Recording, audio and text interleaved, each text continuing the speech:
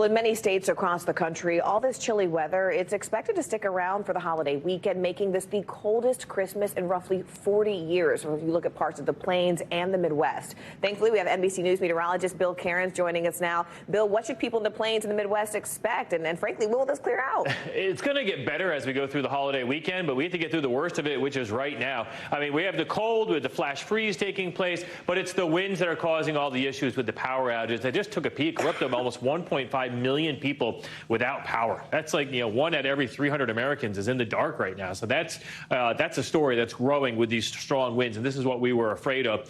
We just had a wind gust of 67 miles per hour at the airport in Buffalo.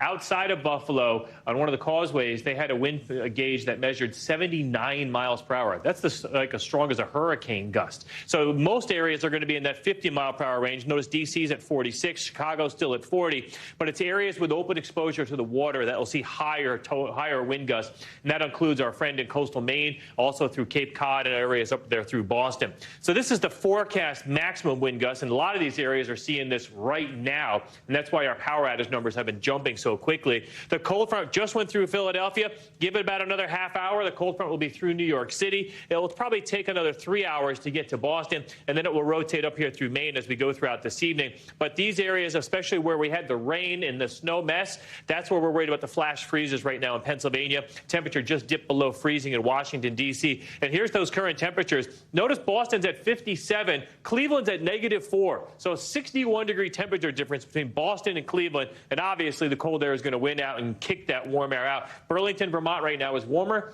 than Panama City, Florida. That doesn't happen all that often. 172 million people under these, obviously, wind chill advisories and warnings. Here's some of the numbers out there right now. We're still dangerously cold from Minneapolis to Chicago, -27. Notice Tallahassee, wind chill 31. New Orleans feels like 16.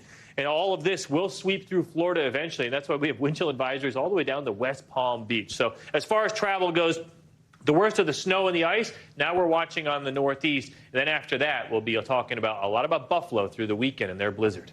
Well, our thoughts are with Buffalo at this point. That sounds pretty daunting. NBC News meteorologist Bill Karins for us. Bill, thank you. Thanks for watching our YouTube channel. Follow today's top stories and breaking news by downloading the NBC News app.